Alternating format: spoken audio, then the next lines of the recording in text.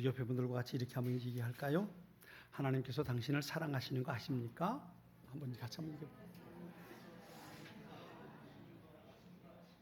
죽은 사람이 옆에 짝꿍을 잃어버려가지고 할 사람이 없네요. 그렇죠? 하나님께서 나를 사랑하시는 것, 그것을 알고 계십니까? 그 사랑이 얼마나 귀하고 큰지. 전에 한번 제가 이 얘기를 드린 것 같아요. 미국에 있는 캘리포니아의 한 주부가 신문 광고를 냈어요. 어떤 신문 광고를 냈냐면 남편을 판다는 신문 광고를 냈대요. 남편이 하도 낚시하고 골프하고 다니는데 그냥 빠져 있으니까 그러니까 신문 광고를 낸 거예요. 남편을 염가로 양도함, 사냥도구와 골프채 및 개 한 마리는 덤으로 드립니다. 그런 광고를 신문에 냈대요. 근데 그 신문 광고를 내고 나서 한 60여 통 전화가 왔답니다. 전화가 왔는데 남편을 사겠다는 사람은 아무도 없고요.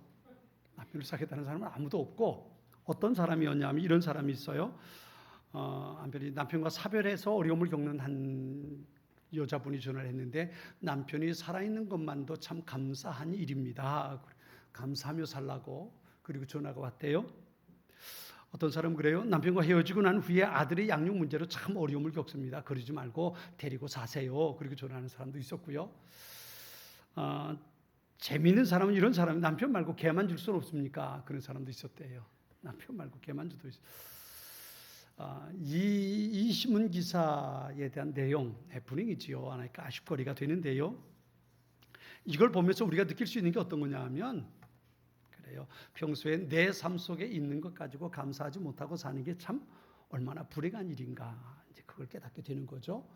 어떤 분이 신문에 그런 글을 실었어요. 하나의 칼럼을 실었는데 그 칼럼 가운데 사람이 행복할 수 있는 3가지 조건이 있대요. 하나는 내가 왜 사는지를 알게 되면 행복할 수 있대요. 내가 왜 사는지, 그러니까 자기의 존재 이유를 알고 그렇게 살아가면 행복할 수 있다는 거죠. 내가 잘 산다.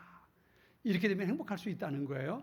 내가 이 땅에 왜 왔는지, 내가 무엇을 위해 존재하는지, 내가 뭘 해야 되는지 이거 알고 그거 하면 행복할 수 있다는 거죠. 2번째는 일상생활의 단순하고 사소한 일들 가운데 만족하게 되면 행복할 수 있다 그랬어요. 그러니까 밥 한 끼 먹으면서도 밥 한 그릇 가지고 먹으면서도 참 밥 먹을 수 있으니까 참 좋다, 맛있다. 그럴 수 있는 사람이 행복하다는 거죠. 아무리 진수성찬 차려놔도 입맛이 없어서 먹지 못하는 사람은 결코 행복하지 못하다는 거예요. 근데 내가 누릴 수 있는 사소한 내 일상생활 속에서 만족하며 살 수 있으면 행복하다. 3번째는 그 사람 그런 얘기를 했어요. 사랑을 하고 사랑을 받을 수 있으면 행복하다. 그런 얘기를 했어요. 이 3가지 이야기 가운데 제 마음을 끌었던 게 2번째였습니다. 일상생활에 내 삶 속에 있는 일들로 인해서 만족할 때 사람은 행복할 수 있다.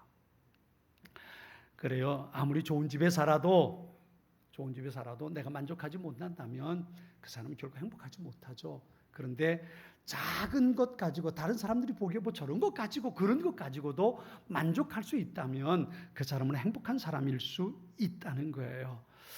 우리가 큰 일을 겪으면서도 기쁨을 얻을 수 있고 감동을 할 수 있지만 작은 일 한 가지 가지고도 우린 감사할 수 있고 감격할 수 있고 행복해할 수 있다는 거예요. 그런 것들이 반복될 때 그 사람이 행복한 인생을 살 수 있는 거겠죠.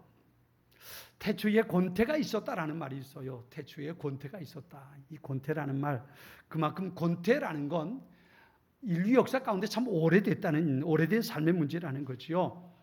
이 권태라는 것과 연결이 되는 한 가지 단어가 있어요. 그게 뭐냐면 습관이라는 단어입니다. 습관.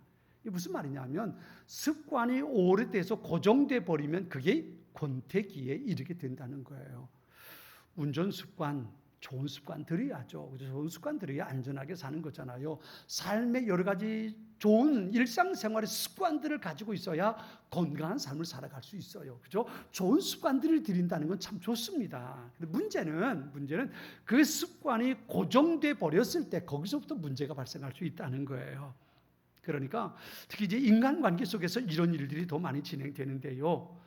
사람을 만나는데 그 만나는 사람들이 늘 기쁨과 감격 속에 만나는 게 아니라 늘 그렇게 만나는 사람들, 이 습관화되고 고정화되고 형식화돼 버리면 그 만남이 결코 감격이 없어져 버린다는 거지요. 인간관계가 습관적이 되면 사람을 만나는 게 감격이 없어요. 피곤해지고 오히려 그것이 스트레스의 한 종류가 될 수도 있다는 거예요. 생명을 다루는 일, 사람을 만나는 일에는 습관화된다는 건 참 어려운 거예요. 우리 예배 드리는 것도 마찬가지. 어떤 분이 그랬어요. 주일날 예배 드리는 건 습관입니다. 그런 얘기를 하더라고요. 근데 이 말이 한편으로는 맞으면서도 한편으로는 맞지 않고 위험한 데 있어요. 그리고 주일날 되면 습관적으로 교회로 발걸음을 옮기고 주일이 되면 습관적으로 예배 자리 나가는 건 좋은 습관이지요. 근데 문제는 그 습관이 고정화되고 그리고 그것이 형식화돼 버리면 문제가 된단 말이에요. 그러면 그냥 예배 자리에 앉아서 1시간 예배 드리고 돌아가는 걸로 끝나버리는 거야. 그리고 오늘도 예배 드렸다. 뭐가 문제일까요? 뭐가 문제일까요? 예배 시간에 있어야 할 사건이 없단 말이에요. 여러분, 예배 시간에 꼭 있어야 할, 반드시 있어야 할 사건이 뭘까요? 사람을 만나는 걸까요? 어떤 사람이 얼마나 멋있게 머리를 하고 왔는지 그걸 보는 걸까요?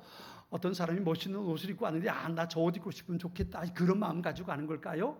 예배 시간에 반드시 일어나야 할 사건이 있다면 그건 하나님을 만나는 사건이잖아요.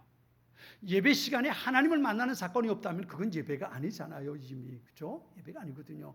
예배는 반드시 하나님을 만나는 사건이 있어져야 되는 거예요. 그런데 그냥 습관에 따라서 1시간 와서 예배 자리에 앉았다 돌아간다면, 이게 습관이 된다면 그건 결코 바른 습관은 아니란 말이에요. 이건 뭐라고 말하냐면 영적 권태기라 그렇게 말합니다.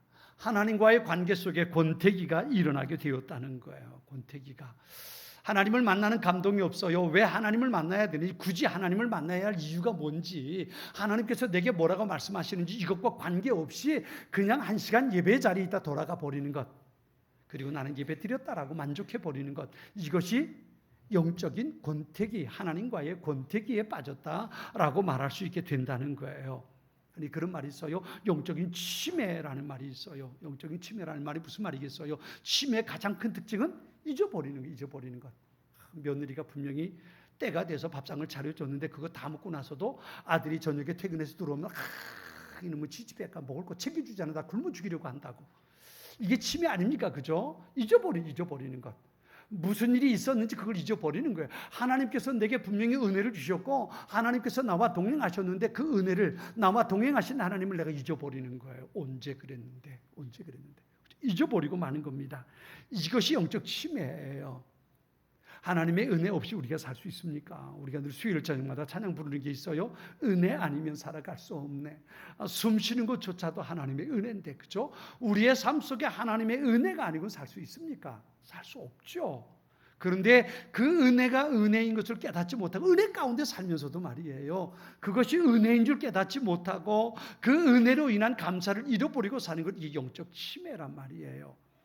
영적 치매에서 좀 더 진행되면 무슨 일이 벌어지냐면 영적 안락사가 이루어진대요. 영적으로 죽는 거예요. 영적으로 죽음에 이르게 되고 마는 겁니다. 하나님과의 관계가 끊어져 버리는 거지요. 하나님과 동행하는 것에 대한 어떤 의미도 찾지 못하게 되고 마는 겁니다. 이게 영적 안락사예요. 이것이 영적인 권태기로부터 시작되는 거예요. 영적 권태기가 시작되면 영적 치매가 오고, 영적 치매가 오면 영적인 안락사가 오게 된다는 얘기예요. 우리가 신앙생활하면서 이렇게 우리가 권태기에 빠지게 될 때에 영적 치매와 영적 안락사에 이르기 전에 우리가 먼저 회복되는 소중한 일들을 우리가 누릴 수 있어야 한다는 말이에요. 오늘 말라기 선지자의 글을 봅니다. 말라기서 1장을 보게 되는데요, 이 말라기 선지자가 말라기서에서, 이 말라기서가 구약 마지막 책이잖아요. 그리고 그 다음에 200여 년이 지난 후에 예수님이 이 땅에 오시는 거거든요. 이때의 말라기 선지자가 이스라엘 백성들에게 외쳤던 한마디가 바로 이거였어요. 영적인 권태기를 극복하라는 겁니다. 왜 영적인 권태에 빠져서 영적 치매를 앓고 영적 안락사를 향해 가냐? 거기까지 가기 전에 너희가 빨리 회복되어야 한다고, 그 메시지를 이 말라기서를 통해서 우리에게 듣게 해주는 소중한 내용들이 있습니다. 이 영적 권태기와 영적 치매에 빠졌던 사람들이, 대표적인 사람들이 유대인들이에요. 특별히 누구를 볼 수 있냐면요, 최초의 사람인 아담과 하와를 한번 생각해 보세요. 아담과 하와, 에덴 동산에서 그들이 살아갑니다. 에덴 동산은 얼마나 행복할까요? 그렇죠? 모든 게 다 만족스럽죠. 하나님께서 디자인하셨고 하나님께서 만드셔서 아담과 하와에게 선물로 주셨어요.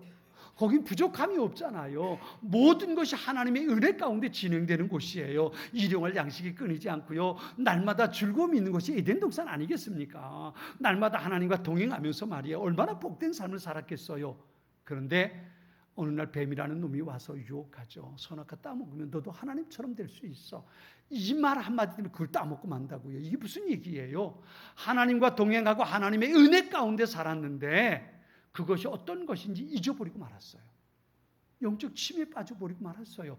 하나님과 늘 동행하고 하나님께서 주신 은혜 가운데 살았는데 이 관계가 오래 계속되다 보니까 아담과 하와가 이걸 잊어버리고 만 거예요. 그게 어쩐 건데, 그래서 어쩌라는 얘기인데 이렇게 돼버리고 만 거예요. 그러면서 새로운 것, 특별한 것을 찾았는데 그게 바로 선악과였단 말이에요.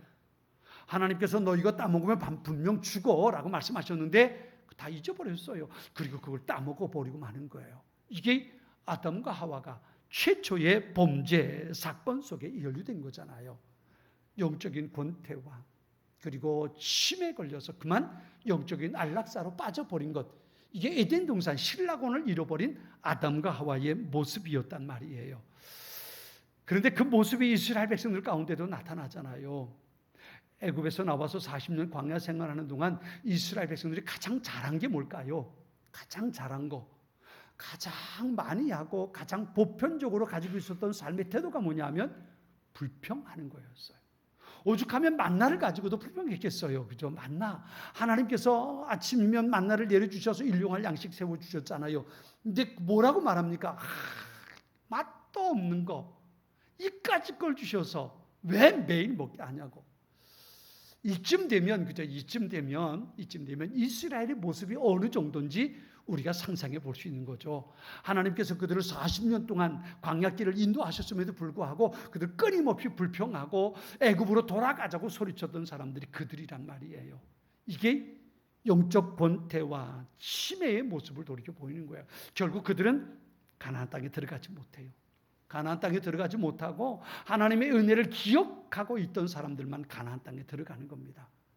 그래서 영적인 권태나 영적인 침해는 무서운 겁니다. 무서운 거예요. 우린 여기서 빠져나갈 수 있어야 돼요. 말라기 선지자가 하나님의 말씀을 예언할 때 그 당시 유대인들의 상태가 그랬어요. 어떤 상태였냐면 바벨론에 70년 동안 포로 생활하다가 돌아왔어요. 예루살렘 성전을 지었어요. 자기도 지었습니다. 농사를 지었어요. 가축을 키웁니다. 그러면서 생활이 안정권에 들어왔어요. 그러고 나니까 이제부터 뭐라고 말하냐면 바벨론에 살았던 때가 좋았는데 이러기 시작하는 거예요. 하나님의 은혜로 여기까지 와서 예루살렘 성전 건축하고 자기 집을 짓고 농사를 짓고 그리고 새로운 삶을 시작할 수 있었는데 그 모든 은혜를 잊어버리고 바벨론에 살 때가 참 좋았는데 이러고 얘기하기 시작하는 거예요. 지금 가나안 땅에 사는 것에 불평불만을 쏟아놓기 시작하는 겁니다. 하나님 앞에 제사 드리는 것도 재미가 없어졌어요. 그래서 발라기서에 보면 어떤 얘기가 나오냐면 그런 얘기가 나옵니다. 하나님 앞에 제사를 드리는데 어떤 걸 제물로 드리냐면 짐승을 제물로 드릴 때는 상품가치 없는 거, 싼 거, 팔지 못할 거, 그런 걸 가지고 하나님 앞에 제물로 드리는 거예요. 오죽하면 하나님께서 이렇게 말씀하시잖아요. 누가 성전 문 좀 걸어 잠가라. 난 더 이상 이놈들의 예배 받고 싶지 않다. 지들 가서 지들끼리 먹으라고 그래. 왜 나한테 쓸모없는 거 가지고 와서 그래? 그러면서 하나님께서 말씀하시겠어요. 그들이 하나님께 드리는 예배가 권태기에 빠졌어요. 감격을 잃어버렸어요. 감사가 사라졌어요. 늘 불평과 불만만 가지고 있어요. 그러면서 드리는 예배가 형식적인 예배가 돼버리고 말았단 말이에요. 그들을 향해서 말라기 선지자가 외치는 내용이 바로 말라기서에 있는 내용들이에요. 영적 권태기에 빠져버린 이스라엘.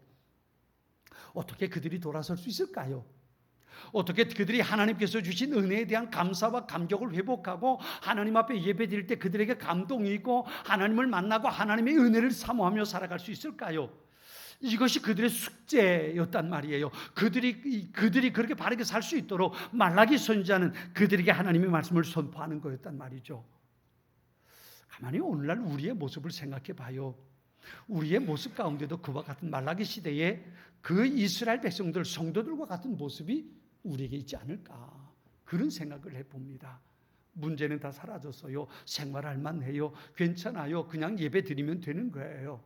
그죠? 예배 드리면서 특별한 은혜가 우리 가운데 없어도 경제적인 어려움 그닥지 경험하지 않고 그냥 그렇게 살아갈 수 있어요. 하나님과 관계 속에서 하나님 특별히 축복해 주지 않아도 내 삶에 별 문제가 없는 것 같아요. 하나님과 동행하지 않아도 내가 그만큼 살만하단 말이에요. 그러다 보니까 내가 생명 걸고 하나님 앞에 기도하는 일이 식어져 버리고 말았어요.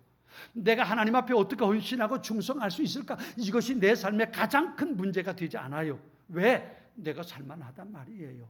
뜨겁게 기도하지 않아도, 밤새워 기도하지 않아도, 금식하며 기도하지 않아도, 내 생명을 걸고 하나님 앞에 예배드리지 않아도, 하나님께서 특별한 은혜를 내게 주시지 않아도 내가 살만하단 말이에요. 그러니까 하나님께 드리는 예배에 대한 감격이, 헌신의 깊이가 사라져버리고 말아요. 이게 영적 권태기에 빠져버리고 마는 그런 모습이란 말이죠. 어떻게 다시 회복할 수 있을까요? 이건 필연입니다. 영적 권태기에 빠지면 영적 침해에 빠지게 되고 그 다음에 곧 영적 안락사에 빠지고 마는 거예요. 이건 분명한 과정이거든요. 그러게 영적 침해 가기 전에 권태 과정에서 빠져나올 수 있어야 돼요. 회복이 돼야 돼요. 그래야 우리의 인생이 하나님과의 깊은 교제를 나눌 수 있고 하나님께서 주신 은혜 가운데 우리의 삶이 새롭게 될 수 있단 말이에요. 그렇다면 어떻게 영적인 권태기에서 빠져나올 수 있을까? 오늘 본문에 말라기 선지자는 이렇게 말합니다. 우리 같이 2절 말씀을 읽어볼까요? 오늘 본문 2절입니다. 같이 읽습니다. 여호와께서 이르시되 내가 너희를 사랑하였노라 하나 너희는 이르기를 주께서 어떻게 우리를 사랑하셨나이까 하는도다. 나 여호와가 말하노라 에서는 야곱의 형이 아니냐 그러나 내가 야곱을 사랑하였고. 아멘. 거기까지 있는 말씀 볼게요. 하나님께서 이렇게 말씀하셔요. 내가 너희를 사랑하였다. 하나님께서 이스라엘 향해서 내가 너를 사랑해 라고 말씀하신 거예요. 내가 지금까지도 그랬고 내가 이후로도 너희를 사랑할 거야. 내가 너희를 얼마나 사랑하는지 알아? 라고 하나님께서 이스라엘에게 말씀하셨어요. 그런데 이스라엘이 뭐라고 말씀하셨냐 하면 하나님께서 언제 우리를 사랑하셨습니까? 라고 묻는 거예요. 여러분, 영적 권태기에 빠지는 가장 큰 이유가 바로 여기 있습니다. 그게 뭐냐 하면 하나님의 사랑을 내가 경험하지 못하는 거예요. 하나님께서 나를 사랑하신다는 것, 하나님께서 내게 주신 은혜가 있다는 것, 하나님께서 나와 동행하신다는 것을 내가 깨닫지 못하는 거예요. 내가 그것을 확인하지 못하는 거예요. 그럴 때 내가 영적인 권태기에 빠지게 되고 영적인 침에 빠지는 거예요. 내가 그냥 해도 되거든요. 내 삶에 별 문제가 없으니까 하나님을 만날 절대적인 필요가 없어졌단 말이에요. 그러다 보니까 하나님과 굳이 동행하지 않아도, 하나님께서 내게 사랑해 주지 않아도, 하나님께서 내게 은혜 주시지 않아도 내 삶이 괜찮은 것처럼 돼버린 거예요. 하나님께서 내가 너를 사랑해 그렇게 말씀하시는데도 불구하고 두 가지 반응이 있어요. 하나는 주님 사랑하지 않아도 됩니다. 난 그냥 살 수 있습니다 라는 사람도 있고요. 언제 하나님이 내게 사랑을 주셨습니까? 언제 내게 사랑해 주셨습니까? 언제 내게 그런 은혜 주셨나요? 라고 질문하는 사람들이 있단 말이에요. 하나님께서 나를 얼마나 사랑하시는지, 하나님께서 내게 어떤 은혜를 주시는지, 하나님께서 지금 나와 동행하고 계신다는 것, 여기에 대한 확신과 기쁨이, 깨달음이 없어졌단 말이죠. 이것 때문에 영적인 권태기에 빠져버리고 마는 거예요. 내 삶의 주님과 동행하는 것이 의미가 사라져 버렸어요. 꼭 그래야만 되나라는 생각이 들었단 말이에요. 언제 그랬습니까? 하나님의 은혜를 잊어버렸고요. 하나님께서 나를 사랑하시는지 그것을 잃어버리고 말았어요. 그러다 보니까 그들은 영적 권태기에 빠져버리고 만 거예요. 언제 우리 사랑하셨습니까? 증거해 보세요. 증명해 보세요. 그러니까 하나님 앞에 얘기하는 거죠. 그랬더니 하나님께서 그 다음에 말씀하시는 걸 보세요. 야곱과 에서의 이야기를 합니다. 야곱과 에서는 형제잖아요. 아버지 이삭에게 쌍둥이 두 아들이 있었는데 큰 아들이 에서였고 작은 아들이 야곱이었잖아요. 그래서 성경은 이렇게 말합니다. 하나님께서 야곱은 사랑하셨고 에서는 미워하셨다. 그래서 야곱의 후손들은 내가 지키고 돌보고 복을 주고 은혜 주지만 에서의 자손들은 내가 철저하게 무너뜨린다. 이게 하나님께서 말씀하시는 거예요. 지금 야곱의 자손이 누구예요? 지금 이스라엘 백성들이거든요. 이스라엘 백성들이에요. 이 말을 다르게 말하면 예수 믿는 우리, 하나님의 자녀로 부름받은 우리에게 주시는 은혜와 우리를 향한 하나님의 관심과 하나님을 믿지 않는 세상 속에 있는 사람들에 대한 하나님의 관심이 질적으로 다르다는 거예요. 질적으로 다르다는 거예요. 하나님의 특별한 관심이 하나님의 백성들에게 있고 하나님께서 사랑하는 사람들을 향한 하나님의 특별한 관심이 있다는 거예요. 그들을 향한 하나님의 특별한 관심은 밖에 있는 사람들과 전혀 다르다는 겁니다. 그래서 늘 하나님이 동행하시고 어떤 일이 있어도 하나님께서 좋은 계획 가운데 인도하고 계신다는 거예요. 이게 하나님께서 말라기 선지자를 통해서 말씀해 주시는 거예요. 우리가 오늘 맥주감사주의를 지내요. 하나님께서 유대인의 남자들에게 1년에 3번은 반드시 하나님 앞에 나와 예배하도록 명령하셨어요. 이건 멀리 있든 가까이 있든 상관없어요. 아무리 멀리 있어도 어떤 상황 속에 있어도 유대인의 남자는 1년에 3번 무조건 예루살렘에 와서 하나님 앞에 있어야 돼요. 하나님 앞에 예배를 드려야 합니다. 그게 언제냐면 유월절하고 맥주절하고 장막절이에요. 유월절과 맥주절, 오순절이고요. 그 다음에 장막절이에요. 이 세 가지가, 이 세 절기 때는 반드시 하나님 앞에 유대인의 남자는 나와야 돼요. 어떤 날이에요? 유월절은 이스라엘이 애굽에서 나온 날입니다. 맥주절은요, 가나안 땅에 들어와서 첫 번째 열매를 수확했을 때입니다. 보리 농사를 짓고 그것을 수확했을 때예요. 이게 오순절, 맥주절입니다. 장막절은요, 가을에 1년 수확을 농사를 마치고 그리고 마지막 포도 농사를 마치고 하나님께서 40년 동안 우리를 인도하셨다는 것, 그것에 대한 감사로 지키는 절기가 장막절이에요. 유월절, 맥주절, 장막절, 이 세 절기의 중심, 핵심되는 주제는 동일합니다. 그게 뭐냐면 하나님의 은혜에 대한 감사예요. 하나님의 은혜에 대한 감사. 하나님, 여러분, 하나님께서 왜 유대인의 남자들도록 1년에 3번은 무조건 의무적으로 절기 때마다 하나님 앞에 나와야 된다고 말씀하셨을까요? 이유는 한 가지입니다. 감사를 잃어버리지 말라는 거예요. 이 감사를 잃어버리지 말라는 겁니다. 이스라엘을 향한 하나님의 은혜가 어떤 것인지, 하나님께서 어떤 은혜를 베풀어 주셨는지, 그들을 애굽에서 나오게 하셨고 광야 40년 동안 지켜주셨고 그리고 1년 한 해 동안 늘 함께 주셨던 그 하나님께 감사하면서 하나님 앞에 나오라는 거예요. 그러니까 이 3번의 절기는 하나님의 은혜를 다시 기억하고 회복하고 하나님 앞에 감사하며 제사하라는 날이에요. 이게 3번의 의미입니다. 이 3번의 의무적인 절기가 있는 것이 의미가 있는 거예요. 왜요? 삶에 고달파서 하나님의 은혜를 잃어버렸을 때, 이 절기 때가 되면 하나님 앞에 나와 감사의 제사를 드리는 거예요. 이게 언제예요? 6월절은 3월달이고요. 맥주절은 7월달이고요. 그 다음에 장막절은 11월달이란 말이에요. 1년에 3번 정기적으로 나와서 하나님께서 우리에게 얼마나 소중한 은혜를 주셨는지 그 은혜를 다시 깨닫고 그 은혜를 회복하고, 하나님이 우리에게 이렇게 은혜를 베풀어 주셨구나, 하나님이 우리를 이렇게 사랑하시는구나, 맞아, 그 감사와 기쁨과 감격을 회복하고 하나님 앞에 예배드리도록 하나님께서 의무적으로 3번 나오도록 말씀해 주신 거예요. 아무리 멀리 있어도 어떤 상황 속에서도 반드시 1년에 3번은 하나님 앞에 나오게 하신 겁니다. 이것이 하나님께서 원하시는 거였어요. 의미가 뭐예요? 감사를 회복하라는 거예요. 내가 너를 얼마나 사랑하는지, 내가 그 사랑 때문에 네게 어떤 은혜를 베풀어 주셨는지, 내가 매일매일 네게 어떤 축복을 해주셔 주었는지, 내가 너와 동행하면서 내 삶을 어떻게 인도해 줬는지, 이걸 깨달으라는 것, 이게 3번의 절기의 모습입니다. 이것을 회복하지 못하면 이스라엘 백성들처럼 영적 권태기에 빠져버리고 마는 거예요. 하나님께서 언제 우리를 사랑하셨습니까? 무슨 은혜를 베푸셨다고요? 하나님 앞에 이야기하는 이스라엘 백성들이 얼마나 불쌍해요. 얼마나 불쌍합니까? 그 후에 이스라엘은 망하는 거예요. 이스라엘은 영적인 권태기에서 영적인 침해로, 영적인 침해가 깊어져 버리면 영적인 안락사에 빠져버리고 마는 거예요. 그래서 이스라엘은 로마에 의해서 무너져 내리고 마는 겁니다. 그리고 예수님이 다시 오시는 거예요. 예수님 오시는 겁니다.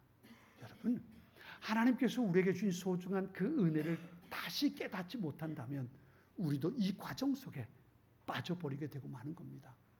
감사를 회복하십시오. 내게 주신 하나님의 은혜가 얼마나 큰지, 나를 향한 하나님의 사랑이 얼마나 놀라운 것인지, 내가 사랑하는 순간순간마다 하나님께서 나와 어떻게 동행해 주셨는지 우리가 한 해의 절반을 보내며 다시 기억할 수 있어야 합니다. 이제 우리는 후반기를 시작합니다. 하나님께서 우리에게 주신 2019년, 이제 이 한 해 후반기를 이제 시작하는 겁니다. 하나님 앞에 내가 어떤 모습을 가지고 살아야 할지, 우리 교회가 어떻게 하나님 앞에 영광을 돌리고 하나님을 기쁘시게 해드릴 수 있을지 다시 마음을 가다듬을 수 있어야 합니다. 그것이 바로 감사를 회복하는 데서부터 옵니다. 하나님께서 한 해의 절반을 어떻게 내게 은혜 베풀어 주셨고, 어떻게 내게 사랑을 베풀어 주셨고, 어떻게 나와 동행하셨는지 이것을 깨달을 수 있는 소중한 기회가 우리에게 필요합니다. 잊지 마십시오. 내 단단하게 껍질이 씌워져 버린 내 마음을 주님 부서뜨려 주셔서 나를 향한 하나님의 사랑을 깨닫게 해주시고, 내가 깨닫지 못했던 내게 주신 소중한 은혜 내가 발견하게 해주시고, 한 해의 절반을 나와 동행하신 그 하나님의 흔적을 내가 깨닫게 해달라고. 그래서 그렇게 나와 동행하신 하나님 앞에 내가 금년에 남은 절반을 하나님 앞에 영광 돌리며 하나님을 찬양하며 살겠노라고 다시 한번 우리의 마음을 다져잡고, 그리고 하나님을 향해 무릎 꿇는, 하나님을 향해 예배하고 찬양하며 살아가는 우리의 모습들이 될 수 있기를 바랍니다. 이제가 하나님의 놀라운 사랑을 깨닫기 위해서 여러분을 성만찬의 자리로 초대하겠습니다. 하나님이 세상을 극진히 사랑하셔서 외아들을 우리에게 주셨습니다. 그